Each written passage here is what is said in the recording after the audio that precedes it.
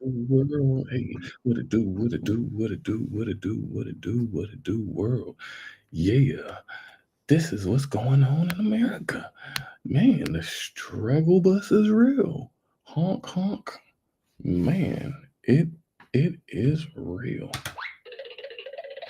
Yep. You can't skedaddle out of this one. So, without further ado, we're gonna show you a couple of the struggles that are really going on around the world right now. Okay, any relief will be welcome. Thank you, Peter. Also developing right now at noon, a flood of trouble. This happened at an apartment building in Fort Lauderdale. A pipe burst leading to massive flooding inside. Local 10's Roy Ramos is live at the scene. I know you have a look at some of the damage left behind, and this is a very popular area. Christine, Janice, this is really a renter's worst nightmare, and I say that because there's really not a whole lot you can do to prepare for something like this. That said, there was a lot of damage here. You can probably see these restoration crews right here behind me working to clean up all this mess, and it's likely that will take several days. Let me show you why. Take a look at this. Flooded floors, a hallway covered with water, and a collapsed ceiling. Just some of the damage. Residents at the Camden apartment building at 501 Southeast 2nd Street in Fort Lauderdale walked out of their units to see Sunday afternoon.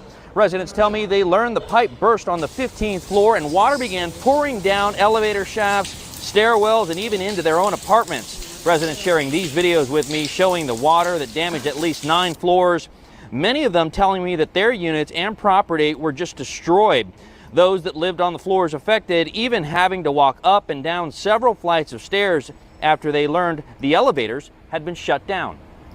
All my neighbors start running out of their apartments being like, oh my God, my apartment's completely flooded, blah, blah, blah. And I was like, what? Because like mine was fine. I didn't know what was going on.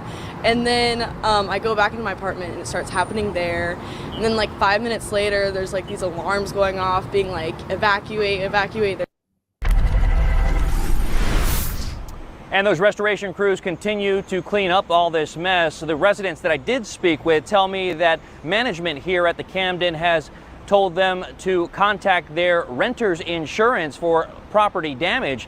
I did get a chance to go into the local office to try and speak with a property manager about what exactly happened and what was being done for residents. They referred me to their corporate office. I reached out to them, and I am still waiting to hear back.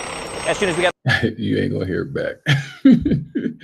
They like, we're that first of the month check. It's the first of the month. Wake up, wake up, wake up. That pocket. I don't give a damn about what you're going through. Landlord is like, where is my money? You can sleep in that moldy bed. I don't care, but you better make sure you have my money on the first. You want to call up your renter's insurance? Great. We're going to hike the price of the rent because why? We got to replace all this stuff. And because we got to replace it, it's expensive. So, yeah, the struggle is real, y'all.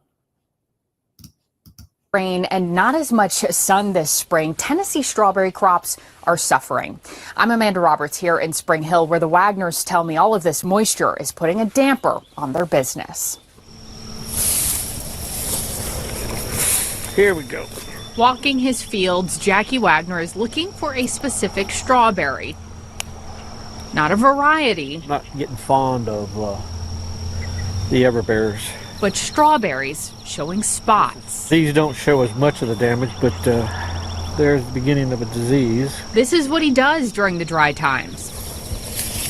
Pick strawberries to keep a fungus from spreading. But this is what Neil Peel do. Pestilence. This is the pestilence. The ever-falling rain, he explains, is a twofold financial problem. It keeps families away from their U-Pick farm and gives fuel to the fungus. There's been years we didn't generate anything but enough money to put them back in. Except for the 1 year we lost everything. If you can have one good year, one average year, and a bad year, you'll make it in strawberries. You just hope you don't have 2 bad ones in a row. And that's strawberries. Wagner says this is their 2nd year in a row with issues. He takes pride in teaching children where food comes from and feeding his community. If you're going to do something, do it right or don't do it at all. So, you have to excuse me, it's rated. And I just came out. When it rains, it pours. And they are feeling the struggle. the field, and I've got beautiful strawberries that I'm not doing nothing with. But that's strawberry season. He is not ready to give up on his retirement dream just yet. So this is a problem that'll get solved, like it always does. So instead of stressing over sensitive strawberries, cut off the bad spots and make jams and popsicles and stuff with them. Reporting in Spring Hill with photojournalist Devin. The one time they don't scrape none of that fungus off, and you get that fungus in your system. So yeah, regardless of how much you may try to break it down, this is judgment. Great glory. Of the road, the trees seem lush and perfectly fine. On the other side, the leaves are struggling to grow because of the beech leaf disease. This is a common scene across the region. Thomas Worthley is a forest sustainability professor at the University of Connecticut.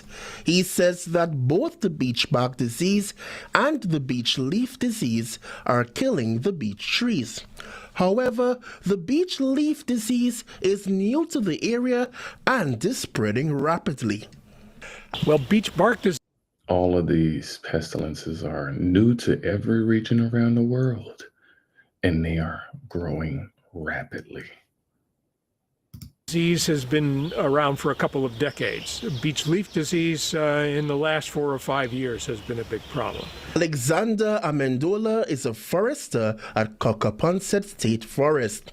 He says that the spread has been extremely rapid, and trying to find an asymptomatic beech tree is impossible. It's tough. Unfortunately, the implications for our forests are not too great. We have a very high percentage of beech in a lot of our forests, especially in the central and the northern part of our state forests. Many of the trees we were standing next to were infected with the disease. The leaves were wrinkled and curled up at the start of the growing season. Worthley says infected trees are expected to die within 10 years. Virtually every beech tree in the state is impacted by beech leaf disease at this point in time. Beech leaf disease was first discovered in Ohio in 2012. While the exact origins are still being looked into, some scientists speculate that it may originate from Japan.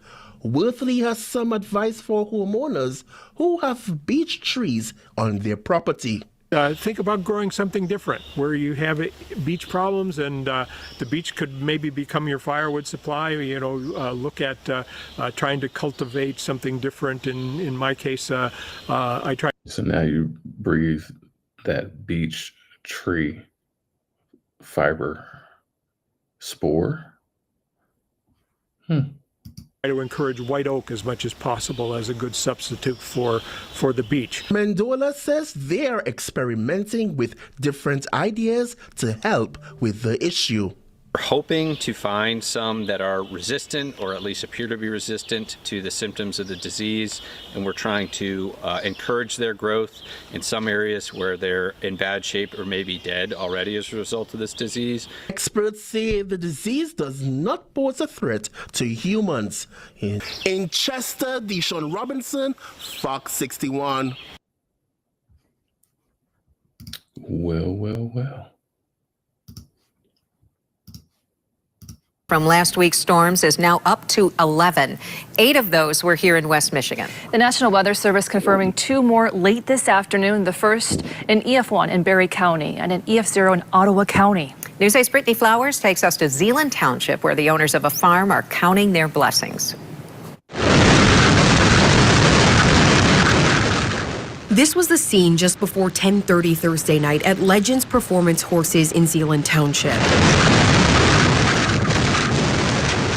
We, as a family, we live about 3-4 miles to the north. So my husband and I were in the basement taking cover, and we were ready. My grandson was with us. Sandy Borson says it appeared the worst was over, but then she pulled up the camera view of her farm. I looked at the cameras and went, oh my gosh, we gotta go. I just seen the barns blow in. My camera view showed the barns, the front and the back door of the horse barn doors are like exploding. She immediately knew her animals needed help, so she picked up the phone, and before long, around 30 people were there, accounting for each and every animal. They went stall by stall, inspected all the horses, make sure they were good. The other team used a skid steer, some saws, and we had to get a lot of cattle out from underneath the tin, the trusses, they were trapped. Miraculously, all 28 horses and 62 cows were okay, turning tears of 10 and 8. Destruction is complete. fear into ones of gratitude. When you farm, the most important things are your animals and your livelihood, and we are so thankful they all made it out. Sandy knew this wasn't just the work of straight-line winds. The National Weather Service confirming late Monday afternoon this damage was the work of an EF0 tornado. We have things stabbed in, and a straight-line wind is going to blow it straight away. This alfalfa field that belongs to somebody else behind us, it is twisted. It's pulled out of the ground and twisted. Overhead views also paint a picture showing dirt worked up and moving towards the barn with debris scattered behind it, stretching for around half a mile. So something came through here. But everything here is repairable, and Sandy says she's beyond grateful for the people who showed up for her when she needed it the most. It's a good feeling to know we're a farm community and we stick together to help each other. Sandy says there's still a lot of work that needs to be done. There's patches on the roof of the horse barn. A demo team and the insurance adjuster are out here today, but the work on the farm doesn't stop. So she says they'll continue to move forward. News station hiring. What's going to happen when every neighbor is going to need that same particular type of help? Something about these barnyards. I bring that up because the barnyards have been just going through the worst right now. They've been getting blown over, destroyed, exploding, caught on fire. This is the struggle of many of the farmlands across the whole country. Their barns, the stability of their mentality or emotional state is contingent off of the ideology of a barn. It's interesting. So yeah, the struggle is real. Following the death of an acclaimed Las Vegas beekeeper, his family speaking exclusively with 8 News Now. Reporter James Schaefer asking the question tonight, just how is it possible typically normal bees can become hostile, we're told now, just within seconds, right? Yeah, Brian Denise, the beekeeper's father I spoke with tonight, is sharing the eager and go-getter spirit of his son, a man who would spare a moment to learn a new skill and make a new friend, now gone. The front door, opened that up, went in, and I knew right then, place you don't want to be. Philip Strami says he went to the home of his son Scott, an acclaimed beekeeper, and found him appearing to have been stung to death after taking off his hat and apparently spilled all the bees on the floor. And there must have been 100 bees or so. And how or why, I don't know. So how could something like this happen from just bees to someone with 10 years of experience? Well, Nevada is actually under quarantine. There's that 10. Michael's in a mist. By the Department of Agriculture from a specific type of aggressive bee which is known to attack hippos and rhinos. It's similar to the African savanna and climate, only we have these lush HOAs, so there's an 8 right there. So destruction is complete. There's always things in bloom. Daniel Millette of Bee Master of Las Vegas said a beekeeper dying from bees is rare and noted how it's possible a moment can turn deadly within seconds with bees from elsewhere. Bees which should not be confused with your average honeybee, which are typically not aggressive. Well, 85% of these 20 or 30,000 bees is what's attacking. And that large volume of venom from the bees is what kills you. As for Strami, he says his son was a jack of trades who took time to help and get to know others. Time his father now reflects on and cherishes. We'd just sit and gab. He'd tell me all the stuff he did during the week. You did that? Yep. Oh, I'll be darned. Now, we should reiterate for this story, the Clark County coroner has not yet released a cause of death for Strami, but his father told me he wants people to know to be cautious when they come across certain types of bees. Brian? Now, The bees are not playing either. The bees are not playing either. Yeah. A man who lives here tells me that his dog was attacked by 2 coyotes. Thankfully, the dog survived, but it has prompted police to issue a warning. This woman cut a walk with her dog short, running up her driveway to the safety of her home. If you look closely, you can see 2 coyotes trailing them. One comes right up the driveway, but not before the woman gets inside. Other neighbors have also captured coyotes on the prowl, and just last night, a man says 2 coyotes bit his dog while they were out walking. Now they don't really run away anymore. They just kind of stay there and watch you go by. Neighbors say the coyotes don't scare as easily as they used to. Gabby Guzman's family captured one lounging in their yard and making himself comfortable at their fire pit. Now the family's keeping a much closer eye on their dog, Cooper. He's a small cockapoo, so if we let him out at night to use the bathroom for even a few minutes, it's really a concern. We used to be able to just let him out of the house. Now everything's on a leash. Brookline police are now warning people in this neighborhood off Chestnut and Walnut Streets that coyotes. And these are all in suburbs and expensive communities. And yeah, got these people terrified at night that the dog can't even go outside and sleep and use the bathroom. Can get bolder as they grow more comfortable in their surroundings. We've adapted to now being aware that there are coyotes here. Maybe just for now, just making sure that if you do have a pet or a small child, be aware.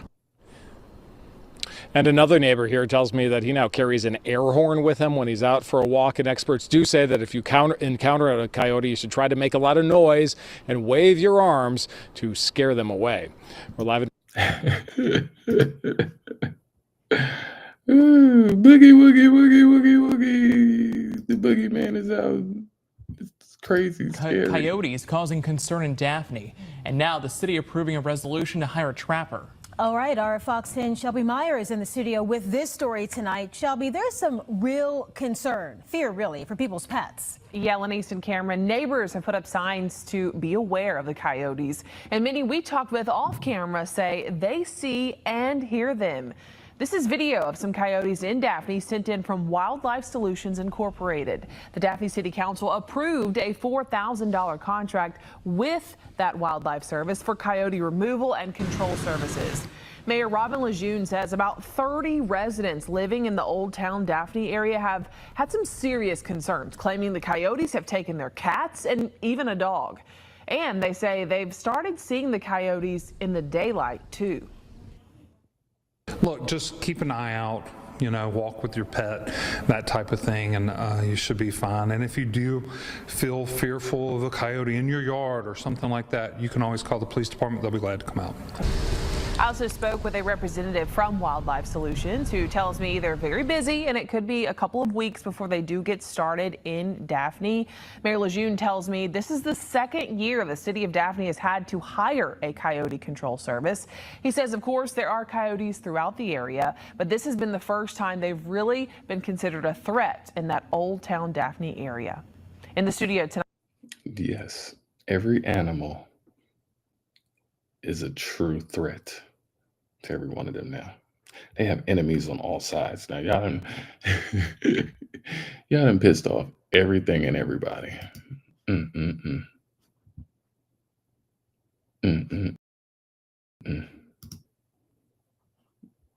Look at what is going on. The struggle is real. Can't go outside. Let's keep it going. A single person living in a 3-bedroom detached house, a stone's throw from the beach, and I really did think I had the perfect home.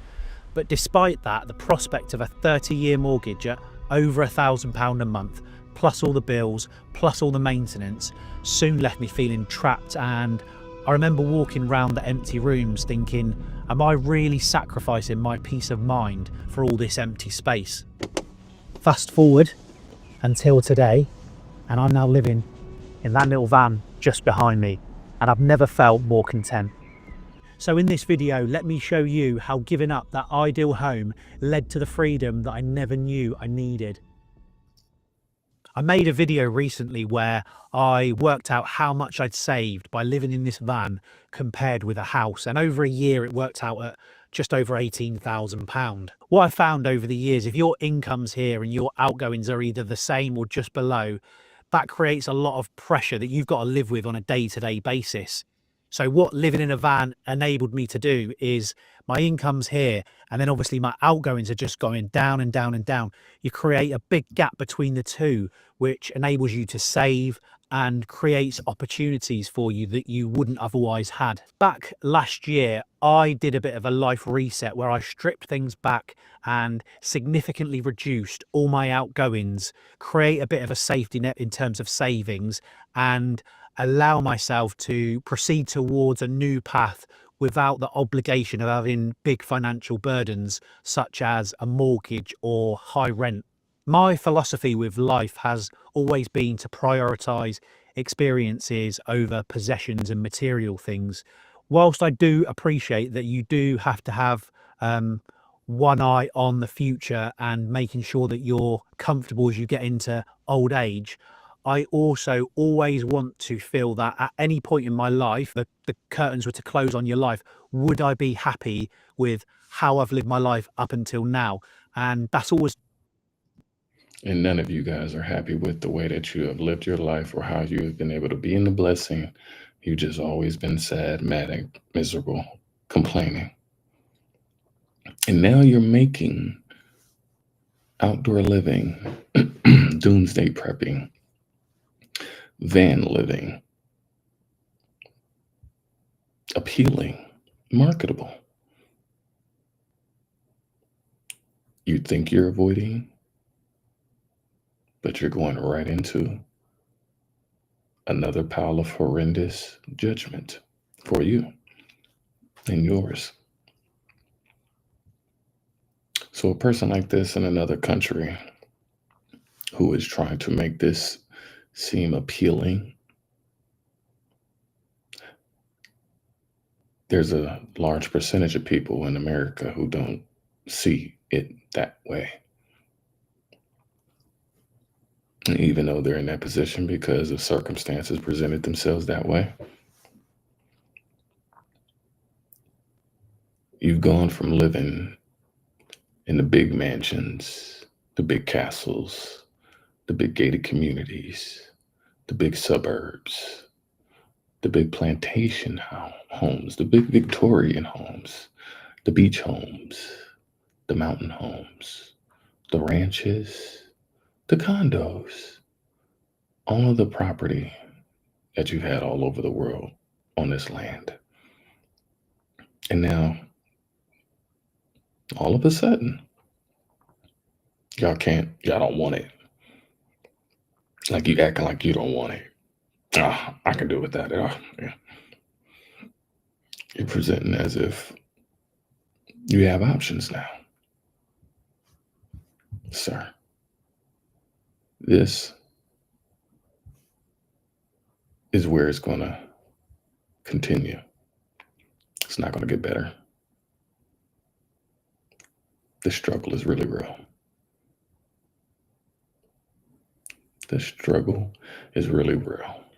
So I'm not even going to play that whole thing right now because... Former President Joe Biden has been diagnosed with an aggressive form of prostate cancer that has spread to his bones, his personal office announced on Sunday. The diagnosis was made on Friday after the former president reported increased urinary symptoms, which led doctors to find a nodule on his prostate. And a Gleason 9, which is what the president has, is a very aggressive form of the cancer, which is manifest by the fact that his has already spread to his bones, so it's bone metastatic or stage 4 Gleason 9 prostate cancer. The 82-year-old left office in January after serving as the nation's oldest serving president. Questions about health issues and cognitive decline dominated much of his last year in the White House. His office indicated that the former president and his family are reviewing treatment options with his physicians, and that while his form of cancer is aggressive, it appears to be hormone sensitive, which allows for effective management. President Trump and First Lady Melania Trump said in a social media post on Sunday evening they were saddened by the former president's diagnosis and wished him a successful and speedy recovery. Former President Biden had been passionate in recent years about seeking out a cure for cancer, traveling to the Vatican in 2016 for a global conference on cancer and urging foreign governments and pharmaceutical companies to join the U.S. in sharing resources to speed up the development of new cancer treatments. The former president's eldest son, Beau, died of brain cancer in 2015. Former President Biden is reportedly resting at home in Delaware this weekend. Willie James Inman, CBS News, the White House. Ooh. Ding dong, the witch is done. As summer approaches, home electricity bills are expected to reach record high levels as Americans try to stay cool, according to a new report. Analysis from the National Energy Assistance Directors Association shows on average, people could be paying $784 over the summer months of June through September. That's more than 6% higher than last summer. It also marks a 12-year high. The association tells CBS News that higher temperatures and inflation are factors. CBS News Money Watch reporter Megan Cerullo has been following this. She joins us now. That's not a minor increase. I mean, you know, people who are really watching their bills, that could be a lot of money. How quickly have these prices risen over the years? It's significant. Electricity costs, the cost of cooling one's home has not risen every single year since 2014. But as you noted, there's a 6% anticipated increase this year from the summer period, which is from June through September, up to $784. That's the national average compared to 2024. So that's a significant spike. And that's because both the cost of electricity is going up and because of climate change, temperatures are rising. And so American households are having to use more of that electricity. Tell us more about the role of climate change and inflation. So because of inflation, electricity costs are rising. That's one factor. Temperatures are expected to get to be hot this summer. And so NIATA used their data and looked at weather forecasts. And that's how they came up with this analysis. And because it both costs more and they're using more of it, that's going to raise costs across the country. And unfortunately, we're also coming off a cold winter. And so folks are already behind on their heating bills. And because if you don't turn your heat on, your pipes are going to freeze. So that's not an alternative. However, some households that might want to save money could consider, you know, they could say, oh, we're not going to turn on our air conditioners to save money. But that's obviously not something that experts recommend because that can lead to scary health consequences. Right, for sure. Is this region specific? The $784 is the national average. There are some places where electricity costs are going to be higher than others, both because of the price and because of temperatures. So states like Texas, Louisiana, Oklahoma, Arkansas, that's where consumers are going to be. Look at that map. Look at that map. The Pacific is on fire. Ooh, $922 in the Northeast and the South. $996 in the South, boy. Woo. From June to September. That's an extra. Spending the most on their electricity bills. Costs are also going to be high in New England, so Vermont, New Hampshire, Maine, Massachusetts, Connecticut, Rhode Island, those states. Did any of those regions surprise you? I mean, so you think of some of the New England states you think it doesn't get that hot in the summer. That was surprising. My guess is that that's because electricity costs are higher there, even if temperatures aren't as high as they are in some places in the South. How can this impact lower income households even more? Electricity costs eat up a much greater share of lower income households' budgets than they do those that are higher up on the income ladder. So if you're only spending 3% of your income on energy costs, you might not notice these increases. But for lower income households, it's a big chunk of change. And 20% of the lowest income households don't even have air conditioning, and there are insufficient measures in place to help families pay for their cooling costs. More than half of U.S. states don't have summer cooling assistance, and 33 states don't have any shutoff protections in place. So it's those, again, as usual, it's those lowest income families that are going to be hit the hardest by. The struggle